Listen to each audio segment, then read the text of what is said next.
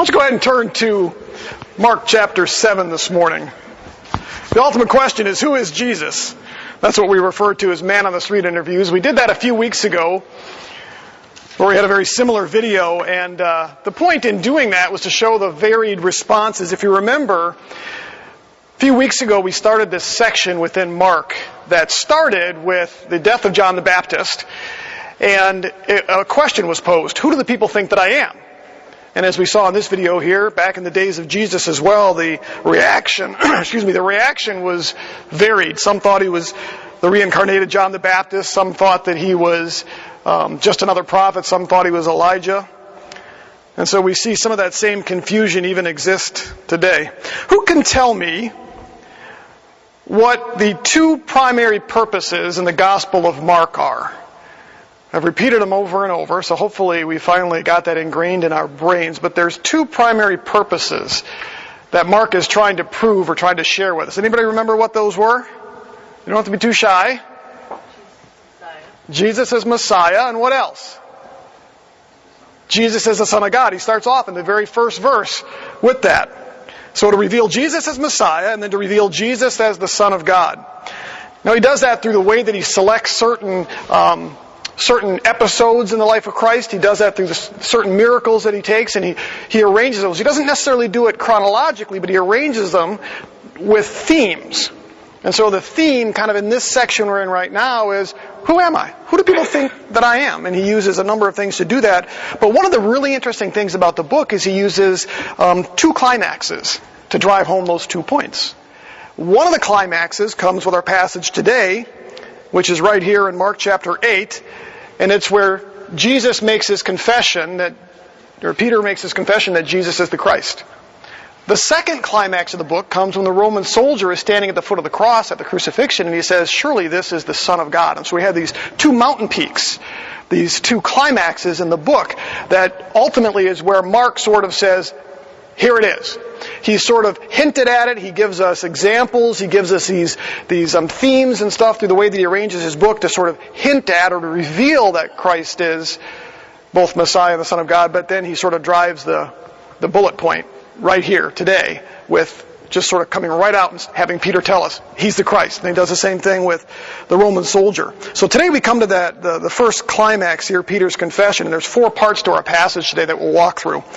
Let me just tell you what those are going to be. First, Mark is going to use a miracle to sort of foreshadow what Peter's about to share. Peter then will reveal Jesus Christ as Messiah to us. Jesus will ultimately then reveal his true purpose as Messiah.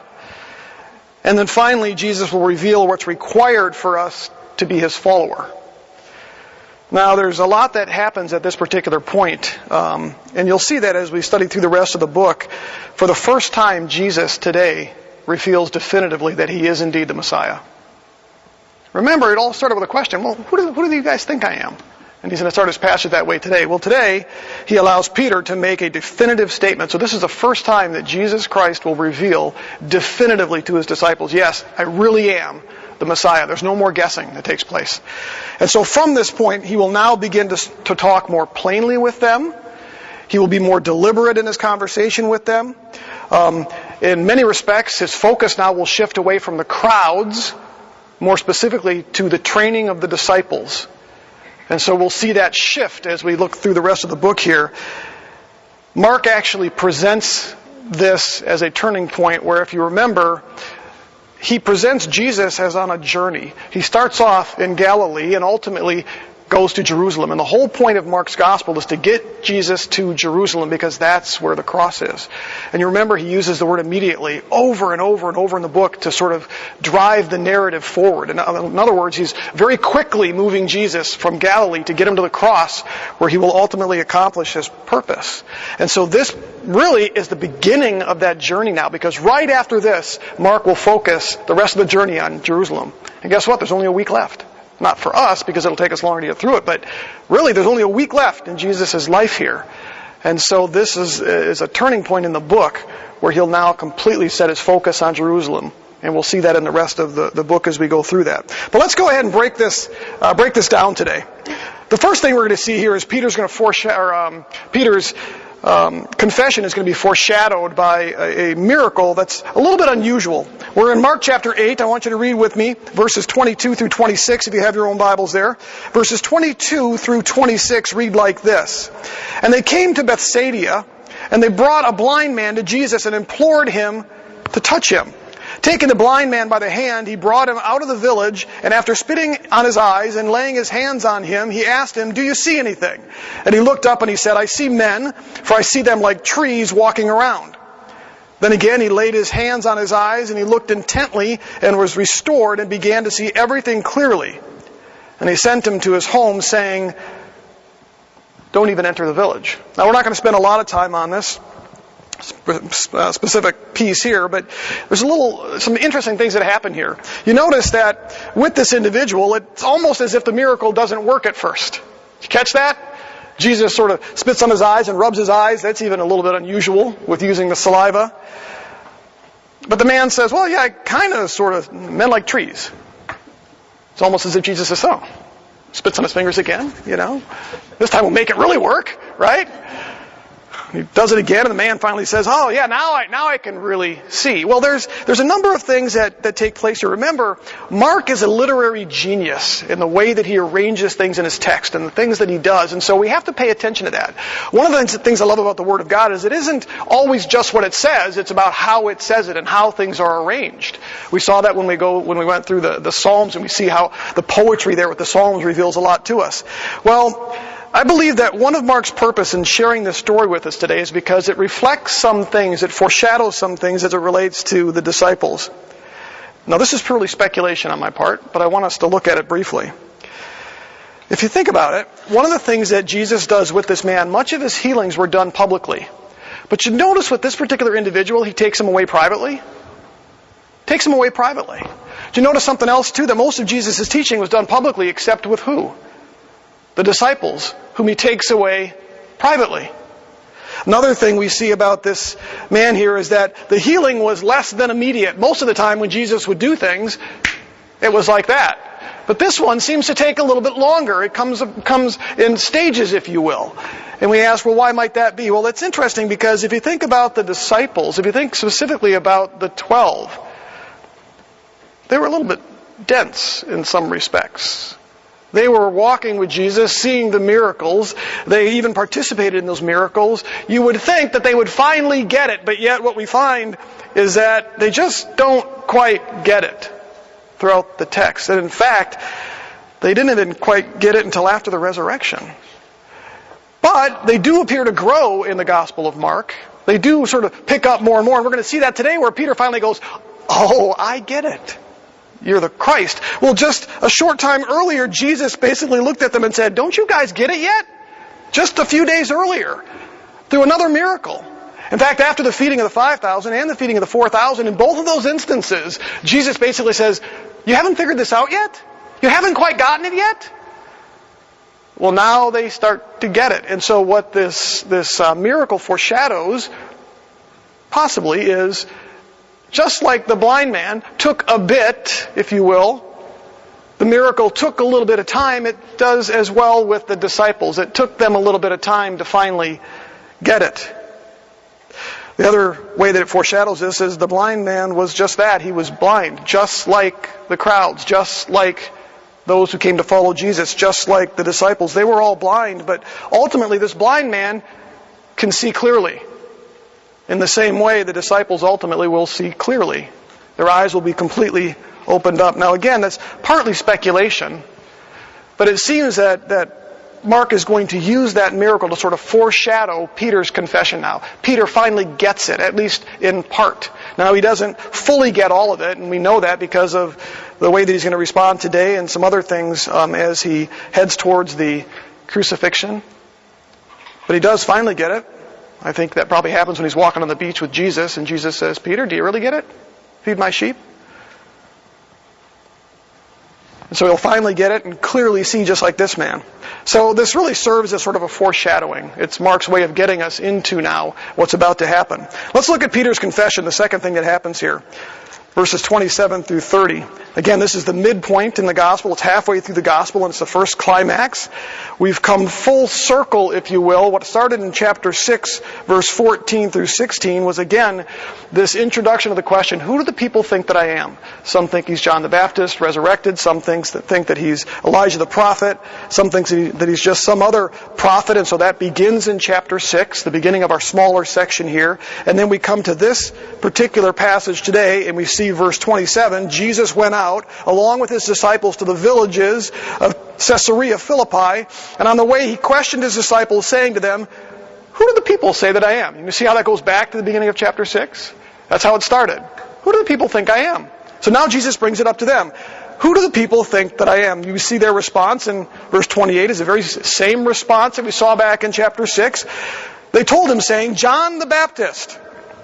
And others say Elijah, but others, one of the prophets. But now in verse 29, Jesus makes it personal.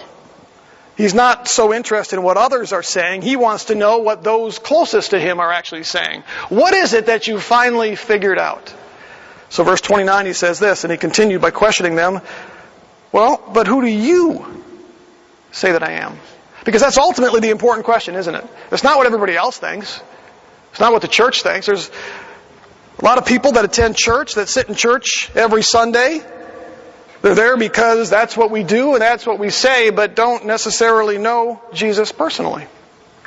Churches are filled with people that aren't saved. I've shared this time and time again with Pastor Custer from Grace when asking him at one particular elder retreat, after 40 years of preaching, when you look around the church here at Grace, how many people do you think still don't know Jesus? And he didn't miss a beat. He said, I think probably half. That's a little bit startling. But Jesus himself said there can be many who say, Lord, Lord, look what I did, all the great things I did in your name. And he said, I didn't know you.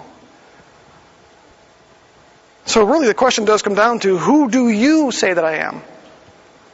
And so he asked that specifically of the disciples. Look at what Peter does. Verse 29, remember, just a few days earlier, Peter still didn't get it.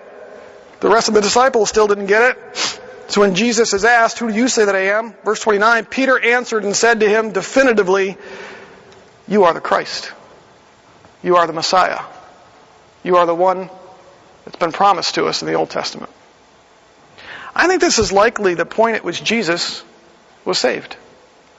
Because for the first time we see Peter himself reveal an understanding of Christ as Savior, because that's what the Messiah was. Now we'll see that Peter didn't have a super well-informed, full theology of Messiahship. In fact, we're going to see that here in a second, which means he didn't understand everything. But the one thing Peter seems to understand, appreciate, and accept here is that you are the promised one. You are the Savior. That's ultimately what it requires to be saved, is it not? You don't have to have a super well-defined theology. You don't have to understand everything. All you've got to understand is you are the Christ. You are the Messiah. And that punctuates Mark's climax here. Because remember, he's been getting us to this point. His point is to prove and to show us that Jesus was exactly who the Old Testament promised, which was the Christ. Immediately upon Peter's confession, though, Jesus does something rather interesting. Verse 30, look at what it says. And he warned them not to tell anyone about him. This big announcement, you're the Christ. And he says, yeah, but don't tell anyone. A little puzzling. Jesus had given similar warnings earlier. If you remember some of the healings that he did, he said, don't go tell anyone. And what did the people do? They ran off and told everyone. In those instances, it was probably because he was getting crushed by the crowds. It's hard to carry out mission and other things when you're being pressed in on all sides. And so there were times where Jesus simply told people, don't go tell anyone, because there were so many people coming to Jesus. Made it difficult to do what he needed to do. The simplest explanation of why Jesus gave this warning is actually found in John 6. You don't have to turn there, but John basically says that Jesus knew the crowds wanted to seize him to make him king. So the biggest reason Jesus said, don't tell anyone yet, is because the crowds are already wanting to make him king. And really, today is Palm Sunday. Isn't that really what Palm Sunday is all about? He goes into Jerusalem. They want to make him king immediately. But you remember, Jesus didn't come to be king immediately.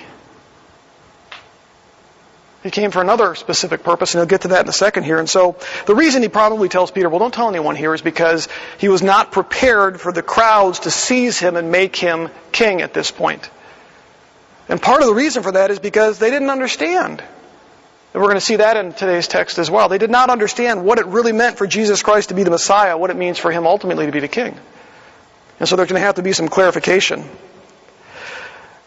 We see in the next few verses that the people's expectation regarding Messiah didn't align with God's.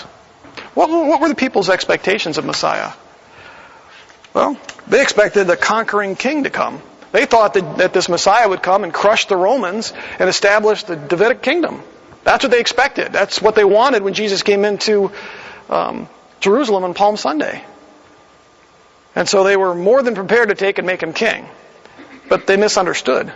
It's not why Jesus came. At least not this time. Katie and I had a brief discussion in the car driving here. Song on the radio, Lion and the Lamb. I said, isn't it interesting that Jesus is referred to as both a lion and a lamb? Those are, the lion eats the lamb. They're totally opposite. The reality of it is that he came as a lamb the first time. He comes as a lion the second time. And so he was not prepared at this point to be the Lion King, if you will.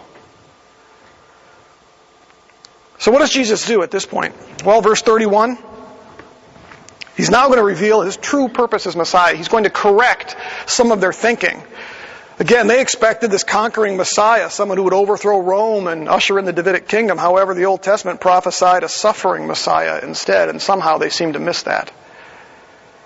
They said that this suffering Messiah would come first. And so that's now what Jesus is going to focus on. Look at verse 31. And he began to teach them that the Son of Man, it's a reference to himself, must suffer many things and be rejected by the elders and the chief priests and the scribes and be killed and after 3 days rise again. And he was stating the matter plainly. So the first thing he says is, I have to suffer. I have to suffer. And he says, I'm going to be rejected. That had to come as a startling shock, because why wouldn't the leaders of Israel accept him? Here's the Messiah. They've been teaching us about a Messiah all these years, and he's finally here. Why? Jesus, what are you going to reject you? Goes on further. He says, that's not it. I'm also going to be killed. That would come as a shock as well, would it not? You just got here. You're the Messiah. The Messiah doesn't die. He's a king. Nobody can kill you. It goes on, he says in 31, but after 3 days, I will rise again. Now the text tells us here, he said it plainly. Now the reason that's important is because he's so often talked in parables, mostly to the crowds, but even to some degree the disciples. He wasn't always specifically clear because they weren't always ready to accept it. And so there's certain things that Jesus sort of kept concealed. In fact, I was studying a passage that's a few weeks out here, and specifically says that the disciples were prevented from seeing it clearly. It's because they weren't quite ready yet. But in this particular instance, Jesus told them plainly, look, I'm going to suffer, I'm going to be rejected, I'm going to be killed, but the good news is that I'm going to rise again. Now, as you may expect, that didn't sit too well with the disciples. Peter now does something that is basically a gut reaction based on what he understands is supposed to happen. He's got his own ideas of what's supposed to happen with Messiah.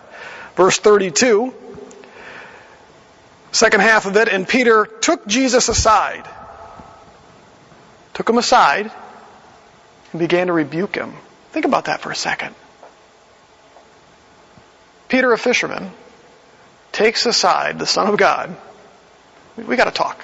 You're not getting something here, Jesus. You got something wrong. I think you're misinformed. Maybe he even took out the Hebrew scroll from Isaiah or something and said, Jesus, no, wait a minute. No. What you just shared, that's not right. There's something wrong with that. And so Jesus says here that Peter actually rebuked him. It implies that he was trying to set Jesus straight.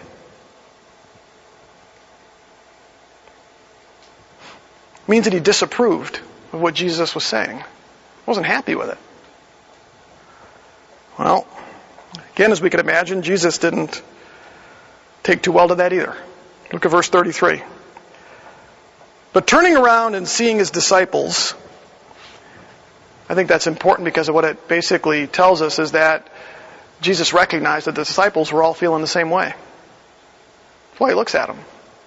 He realized Peter wasn't alone in his assessment. All those disciples are letting Peter do the talking because Peter was the outgoing one. We know that about Peter. In fact, when they were running to the tomb, John gets there first, but John stops and peeks in. Peter just bursts right in, right? Well, Jesus looks at him and says, turning and seeing the disciples, he rebukes Peter. And he said, "Get behind me, Satan. For you are not getting or setting your mind on God's interests, but man's." So what was Peter's issue? Well, he wanted a king. He wanted oppression from the Romans to be relieved. He wanted all the promises promised to Abraham and Isaac and Jacob. He wanted to see his enemies destroyed. But what Jesus says is, that's not God's interest. It's man's. It's yours. But notice he also attributes it to the enemy. Why is that important here? We know that there's no way that Satan ultimately wanted Christ to go to the cross. At least not to rise after that. Didn't want him to accomplish his purpose. I'm sure Satan wanted to kill him. He didn't probably want him to be sacrificed as a lamb and ultimately to rise from the dead. And so what he basically does here is he looks at Peter and he says, "Peter, no, you've got it wrong. You're interested in your own interest. You're not interested in God's interest. There's a bigger picture here." They'd all missed it. I want you to turn with me to 1 Peter chapter 1. Probably one of the best descriptions that I can provide for us this morning comes from 1 Peter chapter 1. I don't know what God's interests are. 1 Peter chapter 1, starting in verse 3. He said, "Blessed be the God and Father of our Lord Jesus Christ, who according to His great mercy has caused us to be born again to a living hope through the resurrection of Jesus Christ from the dead." Why? "To obtain an inheritance which is imperishable, undefiled, and will not fade away, reserved in heaven for you, who are protected by the power of God through faith, for a salvation to be revealed in the last time. In this way you greatly rejoice, though now for a little while, if necessary, you have been distressed by various trials, so that the proof of your faith, being more precious than gold which is perishable, even though tested by fire, may be found to result in praise and glory and honor at the revelation of Jesus Christ. And though you have not seen Him, you love Him, and though you do not see Him now, but believe in Him, you greatly rejoice with joy inexpressible and full of glory." Why? "Obtaining as the outcome of your faith the salvation of your souls." God didn't send Jesus Christ simply to give the Jews a great life. He didn't simply come to conquer Rome. That's not why Jesus came. God had a bigger picture in mind, and it was the salvation of man's and women's souls. That's why He came. One of the problems that I have today with some of what we see in the church today, where churches have strayed from really the purpose of the gospel and more into a social justice mentality, what they call a redeeming of culture and society. It's the idea that changing the world, that what God really wants us to do is to reestablish Christian principles. There's actually, within some of the Reformed movement, there's actually a push that we have to somehow Christianize the world before Jesus can return, because that's what God ultimately wants. He wants us to redeem culture and society.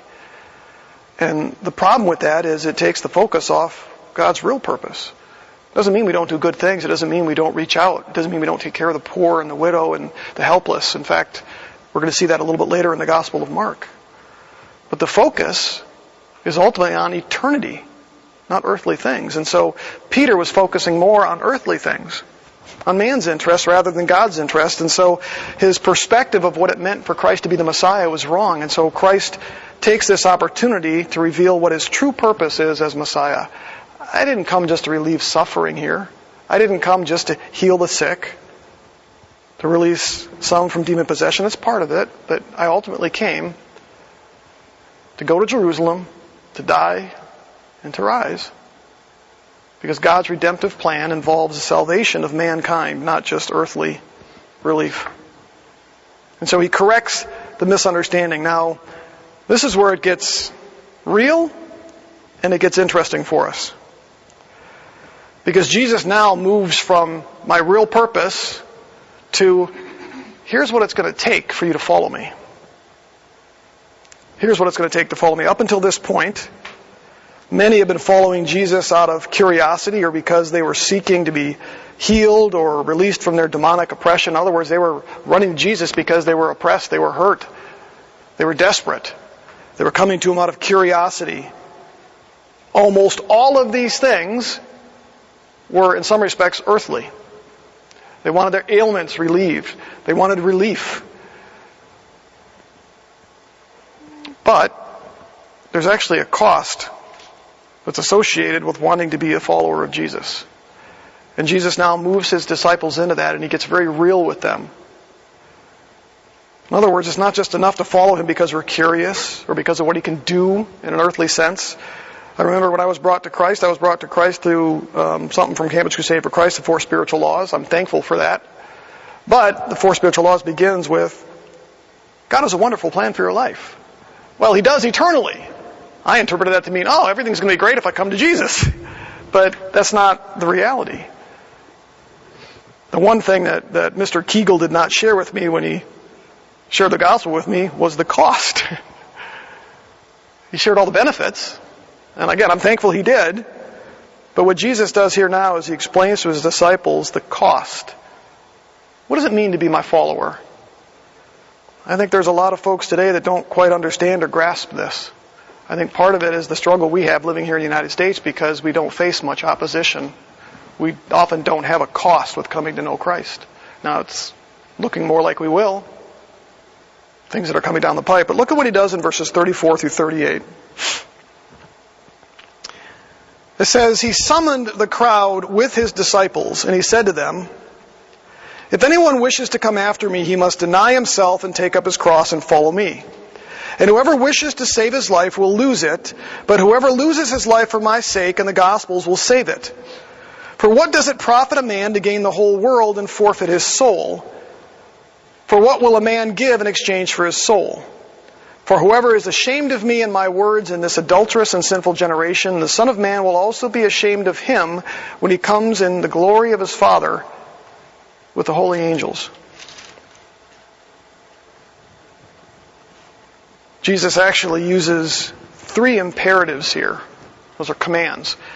The reason that's important for us is because it makes these things requirements, not options or suggestions. In other words, these are demands that Jesus is making of his disciples. The 3 imperatives are deny, take up, and follow. Let's go ahead and take a look at those things. The first imperative, deny himself, actually means to abandon one's own self-interest and self-determination. Did you get that? To abandon one's own self-interest and self-determination. Self-interest refers to those things you simply want to do. It's what's in my best interest. It's what's good for me. Self-determination means you set your own course. You go where you want to go. You decide that it's ultimately most important that you set the course of your life. And so what he says by denying himself means to abandon those things in favor of pursuing God's interest and God's will. In other words, what it's going to require is that we give up ourselves and we pursue him, his interests, his will, his purpose. So it means I'm no longer the supreme authority in my life. Who is? God's ultimately the supreme authority. It means that I put God's interests and will above my own, which means sometimes God's interest may conflict with my own. It means I'm no longer to live for myself, but ultimately live for him. So when we think about practical application, I would ask you, how often do you ask yourself questions like these? Who am I really living for? When I get up in the morning, and I make certain decisions, Who am I trying to please? Myself? Do I wake up and say, what do I want to do today that'll make me feel good? Or is it, how can I honor God this morning? What does He want me to do today? Second question is, how does my life reflect who's in charge? Did you ever think about that? When somebody looks at your life, and you were to ask them, who do you think's in charge of my life? Do you think they would say, well, you are? Or do you think they would recognize, it's interesting because you seem to have this philosophy that God is in control of your life, that you submit to Him? That's an indicator that you've given up your will for His. Another question we might ask is, does my will trump God's will? What I want, does that trump what I think God might want for me? So again, one of the first imperatives Jesus uses is the idea of denying ourselves and favoring Him. The second imperative He uses is to take up His cross. That's an expression of self-denial, but I think it's often misunderstood. I think oftentimes when we hear this, take up my cross or take up your cross, it's normally treated as simply a symbol or a euphemism of sort of self-denial. It's a euphemism for taking on a burden. And I think there's an element of that, but the cross here represents something very different. Think about this for a second.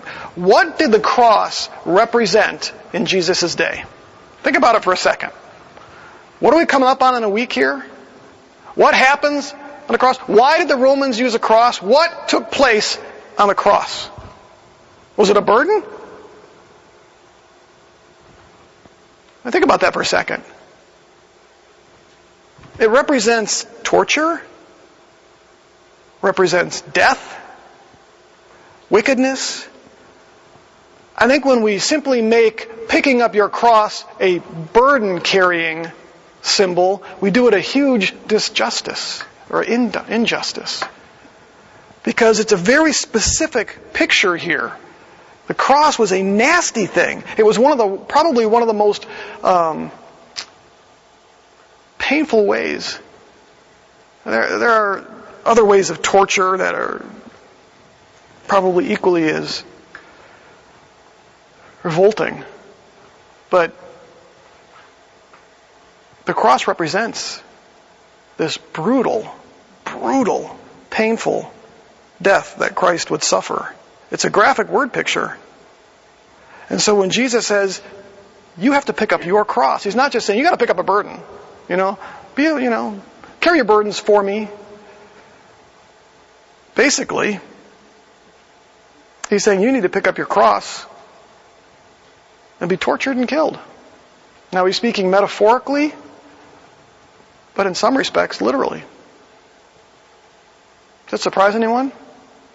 We live in one of the few places on this planet where Christians are not routinely killed on a regular basis and tortured in some grotesque ways oftentimes. We are in a bubble here, folks. We really are. I have taken routinely now to pray for the persecuted church all over this world, because we forget that we have brothers and sisters every day who are brutalized because of their faith. That's what Jesus is referring to here. You have to be willing to pick up a cross. I know that doesn't make any of us feel good. So some questions regarding that. How do you face opposition or persecution for your faith? We're starting to see more of that here, folks. And it's going beyond just the baker who can't live out his convictions and is forced to make a cake for gay weddings or whatever. That's the beginnings of it. But more and more kids in high school, people in their workplaces, candidates running for office cannot speak openly about their faith. We have more and more. I was reading something yesterday about another bill that's being proposed in another state that, in many respects, would force businesses that are owned by Christians to do things that are contrary to their faith. Where now it's just sort of like, well, if you don't, maybe you get persecuted, maybe it goes to court.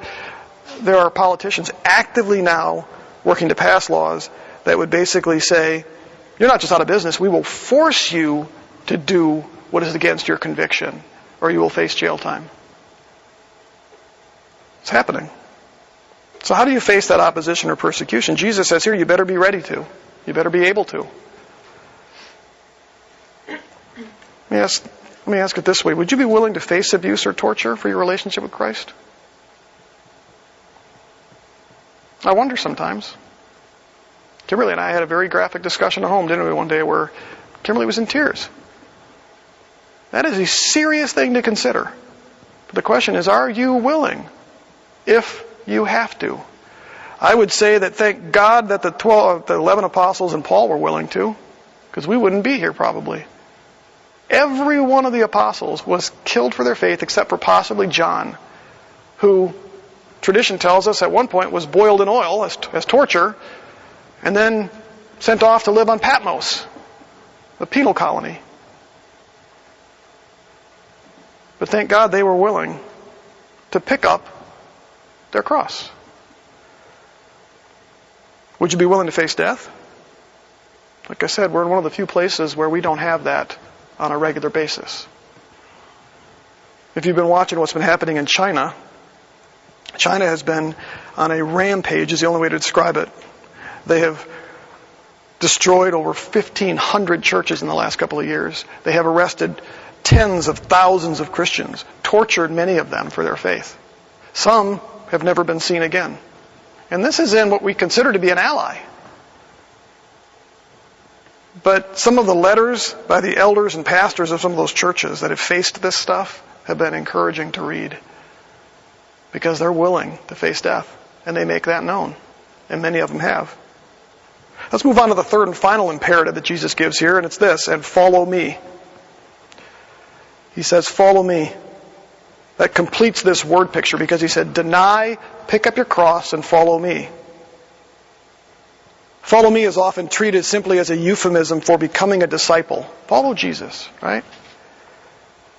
We might think of it this way. Deny yourself, pick up your cross, and become my disciple. That's not what he's saying here. Think about this for a second. Where is Jesus heading at this point?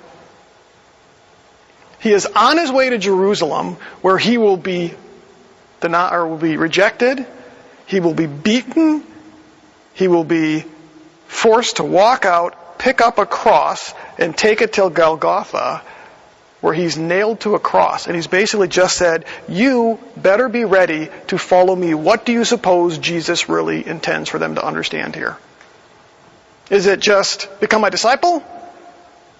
Or in many respects, is he saying, you need to be ready to follow me where I am going, pick up your cross, and go exactly where I am going? That's the picture.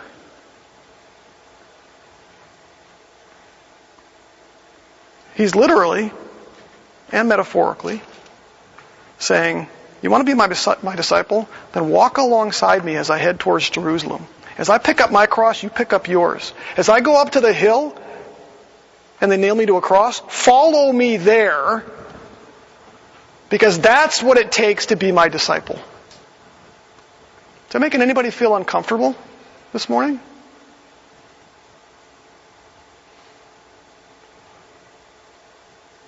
Jesus, in essence, is saying, if you truly want to follow me, you must not only be willing to deny yourself, but just like me, you must be willing to bear your own cross and be executed for it. You know what's interesting? None of the disciples were prepared for that. Not a one. Remember what happens when Jesus was arrested? They all scattered. Remember what Peter did? I'm not a follower. I'm not. Even said he cussed and swore 3 times and he ran away. None of the disciples were ready to do what Jesus says here until after the resurrection. And after the resurrection, every single one did just that. Interesting. Probably has to do with the fact that he poured out his Holy Spirit on them. One of these letters that I read from one of the pastors that had been arrested in China talked about that. He said while he was sitting there being tortured and slapped around, he said, I was able to speak. I was able to continue talking. I don't know how. Had to be the Holy Spirit. Then when he was finally released, he said, man, I'm petrified to have that happen again. But what's remarkable, he said, was, I know that if it happens again, he's going to give me the words to speak and do it. That's exactly what happened with the apostles. And so as we think about this, the things that Jesus calls us to do, he'll give us the strength to do. Now, that's not something we necessarily understand at this point. And some of us may never face it literally, which means maybe the best we can do at this point is metaphorically do it. But it may happen. We don't know. I'm going to wrap it up with this. Jesus finishes his discussion with 4 statements or questions to support what he's just said. And I want to walk us through these things briefly here. Verse 35, he says this. And all of these, you notice, they start with 4. And basically it's his way of explaining what he just said. Why it's important. Why it's so important to deny yourself, to pick up your cross and follow him. He says it this way. Verse 35, for whoever wishes to save his life will lose it. But whoever loses his life for my sake and the gospel's will save it. Jesus is talking again both metaphorically, but also literally here in some respects, because some will literally lose their lives. So the question is, are you willing to lose your life for the sake of the gospel and for Christ?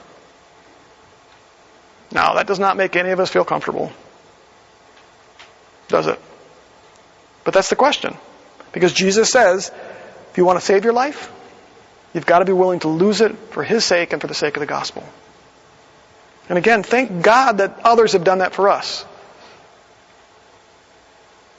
11 guys, Paul, they did that. And we're here because of it. The next 2 questions or statements kind of get grouped together. Verses 36 and 37. For what does it profit a man to gain the whole world and forfeit his soul? For what will a man give in exchange for his soul? So let me ask it this way. What is so worth having or doing in this world that you're willing to sacrifice or compromise your relationship with Christ? When I look around the American church today, there's an awful lot of churches and an awful lot of Christians that look just like the world. They're pursuing worldly things. Even, it's funny, even ministries sometimes. You know, we just saw the complete collapse of James MacDonald's church and ministry out of Chicago. Large 8-campus megachurch. Many now have come forward, people that have worked alongside him for the last 30, 40 years, and it was an enterprise. And it become very apparent now that it was all about building an enterprise and building a following, and very worldly. Multi-million-dollar mansions and all kinds of stuff. And to be real frank, in looking at James MacDonald right now, there are many of us that are looking at him saying, wow, what did you sacrifice? You're going to have to answer to Christ now for this. All the people that were hurt, the abuse that was dished out. Was it worth it? Was it really worth it? What in this world is so worth having that you're willing to compromise a relationship with Christ? So Jesus, as he's trying to tell him, look, you need to pick up your cross and follow me, because there's nothing in this world that's worth sacrificing your relationship for me for. The last question is in verse 38, where he says, for whoever is ashamed of me and my words in this adulterous and sinful generation. It's a statement, not a question, but whoever is ashamed of me and my words in this adulterous and sinful generation, the Son of Man will also be ashamed of him when he comes in the glory of his Father with the holy angels. Does that sink in? Jesus is saying that when the world is more important to you than Jesus Christ and your relationship with him, it reveals something. What it reveals is that you're ashamed of him. That's pretty bold, isn't it? What does what you do, say, or pursue in life reflect in this regard? Oftentimes, we don't really think about it this way, but we're so focused on the things of the world and getting things and doing things in our own life and what makes us happy that we don't realize that what that ultimately shows is that we're ashamed of Christ. And what we're told, in fact, Peter, the passage I read earlier, Peter indicates in chapter 1 that it's all about Christ returning in glory, and we will see him at that time. And the question is, will you be ashamed at that moment? The last thing any of us wants is for Christ to come back and look at us and saying, I'm ashamed of you because you're ashamed of me. And the determining factor of that is everything we just talked about right now. That's a pretty high price, isn't it?